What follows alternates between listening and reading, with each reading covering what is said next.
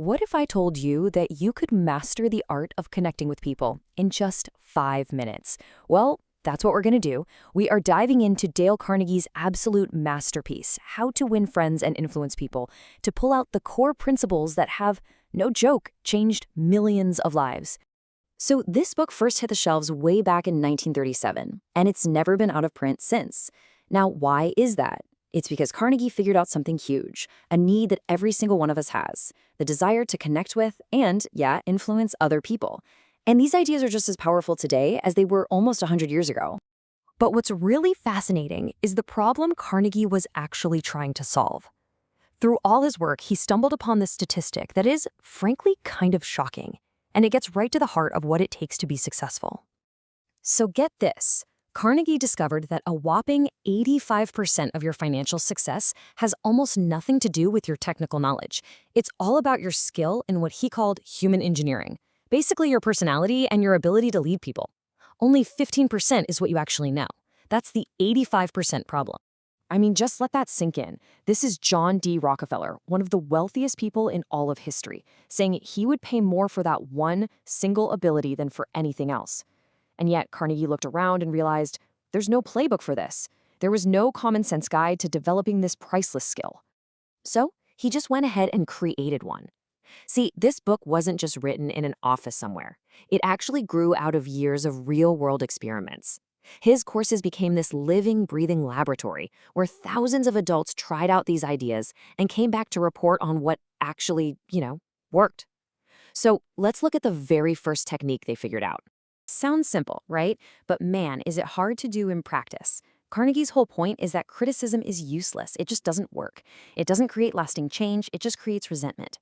And he uses a pretty amazing historical figure to prove his point. When he was a young man, Abraham Lincoln loved to criticize people. He was known for it. He wrote these nasty letters and poems just making fun of his political opponents. And it nearly got him killed. That's right. After he publicly mocked this politician named James Shields, the guy was so furious he challenged Lincoln to a duel with broadswords. Yeah, you heard me right, broadswords. They were stopped literally at the last second, but that near-death experience taught Lincoln a lesson he never, ever forgot.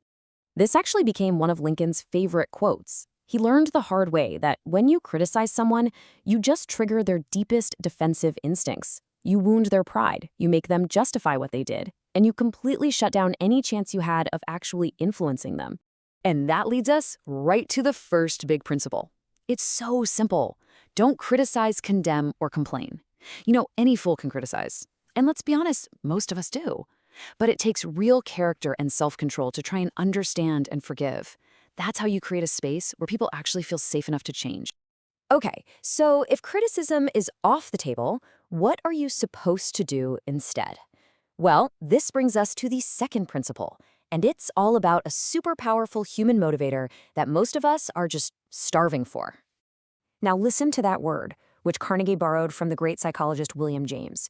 It's not a wish, it's not a desire, it's a craving, like a deep, gnawing hunger that we all have to feel important. And if you can satisfy that hunger for people, well, that's one of the most powerful tools you have. Just like a Charles Schwab, he was one of the very first American businessmen to earn $1 million a year salary. And he said this was his secret. He wasn't just willing to praise people, he was anxious to praise them. He was actively looking for reasons to give honest appreciation. And there it is, the core of the second principle. When we give someone genuine appreciation, we're doing more than just being nice. We're telling them they matter, that we see them. But, and this is super important, Carnegie makes it very clear, this is not about cheap flattery. This breaks it down perfectly. Appreciation is the real deal. It's sincere, it's unselfish, it comes from the heart. Flattery, that's just counterfeit praise. It's insincere, it's selfish, and as Carnegie says, it comes from the teeth out. One builds relationships, the other destroys them. All right, on to the third and final fundamental technique. So, if not criticizing opens the door, and genuine appreciation builds the bridge, this next one is the key to actually getting people to walk across it and join you. I love this analogy from Carnegie. It's so simple, but we ignore it all the time. Think about it. You might love strawberries and cream, but a fish wants a worm. So why on earth do we spend all our time talking about what we want when we're trying to persuade somebody? The only way to influence people is to talk about what they want. Here's a perfect real-life example. The hotel where Carnegie gave his lectures suddenly tripled his rent. Did he complain? Did he argue? Nope. He focused completely on what the manager wanted. He framed the whole negotiation around the hotel's best interests. And what happened? The rent was only increased by 50%, not 300. And this right here is the secret sauce. Arouse in the other person an eager want. Carnegie says the person who can do this has the whole world with him. So the next time you want to persuade someone, just stop and ask yourself, how can I make this person want to do this? It's all about aligning your goals with their desires. So there you have it. The 3 bedrock principles from Dale Carnegie's Lab of Human Relations. 1. Don't criticize. 2. Give honest appreciation. And 3. Always think about what the other person wants. They seem simple, I know, but if you actually apply them, they can fundamentally change every interaction you have. Look, Carnegie always said this was an action book. He didn't want you to just learn this stuff. He wanted you to go out and build new habits. So the real question isn't what you've learned here. It's what are you going to do with it? Which one of these are you going to try today?